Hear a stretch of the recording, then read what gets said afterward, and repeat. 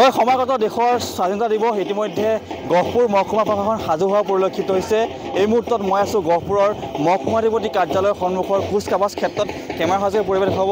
এয়া হৈছে গহপুৰৰ মহকুমাধিপতি কাৰ্যালয়ৰ সন্মুখৰ কুচকাৱাজ ক্ষেত্ৰৰ পৰিৱেশ। ইতিমধ্যে এনচিচি কৰি কেইবাটাও আচলতে বিদ্যালয় মহাবিদ্যালয়ৰ দলে ইতিমধ্যে প্ৰস্তুতি চলাই থকা পৰিলক্ষিত হৈছে। সেই এটা দলে ইতিমধ্যে প্ৰস্তুতি চলাইছে। আমি দেখুৱাইছোঁ এয়া গহপুৰৰ পৰিৱেশ আৰু মাজত মাত্ৰ কেইটামান দিন বাকী দেশৰ স্বাধীনতা দিৱসলৈ, যাক লৈ ইতিমধ্যে গহপুৰ মহকুমা প্ৰশাসন সাজু হোৱা পৰিলক্ষিত হৈছে। আৰু এয়া হৈছে গহপুৰৰ মহকুমাধিপতি কাৰ্যালয়ৰ সন্মুখৰ পৰিৱেশ, কুচকাৱাজ ক্ষেত্ৰৰ পৰিৱেশ।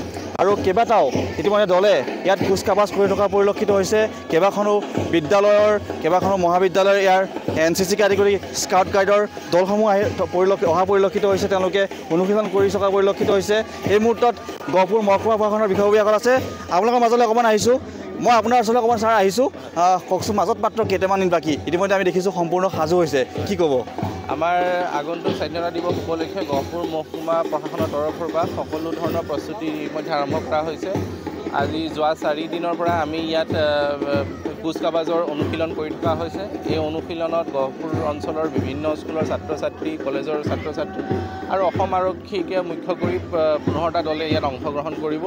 ইয়াৰ উপৰি সাংস্কৃতিক অনুষ্ঠান আৰু বঁটা বিতৰণী অনুষ্ঠান, এনে কেতবোৰ অনুষ্ঠান অহা 15 আগষ্টৰ দিনা আমাৰ ইয়াত থাকিব। পূৰ্বতকৈ কিবা ব্যতিক্ৰম হ'ব নি?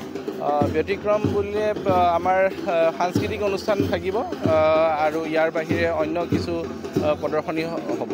আৰু ব্যক্তি আছে, মই আপোনাৰ ওচৰলৈ আহিছোঁ। কওকচোন, আপুনি যিহেতু এনচিচিকে বিভিন্ন বিদ্যালয় মহাবিদ্যালয় দলসমূহ আপোনালোকে গাইড কৰি আছে, আপুনি চাই আছে, কি ক'ব? কিমান দলে অংশগ্ৰহণ কৰিছে এবাৰ? ইয়াত 78তম স্বাধীনতা দিৱস উপলক্ষে গহপুৰ মহকুমাই যিহেতু আয়োজন কৰিছে উদযাপন কৰিবৰ কাৰণে, ইয়াত মুঠতে 14খন স্কুলৰ ছাত্ৰ ছাত্ৰী উপস্থিত আছে। তেওঁলোকে অনুশীলন কৰি আছে। কিমান আগবাঢ়িছে?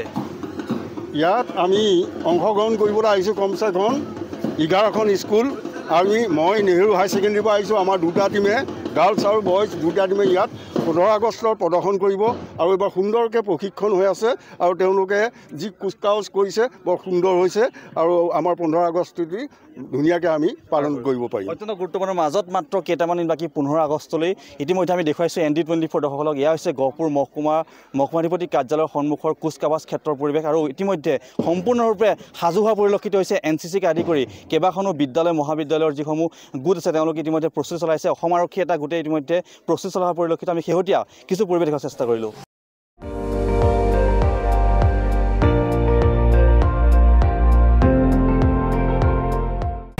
আপুনি চাই আছে ND24, সৰ্বশ্ৰেষ্ঠ নহয়, সৰ্বোত্তমৰ দৌৰা।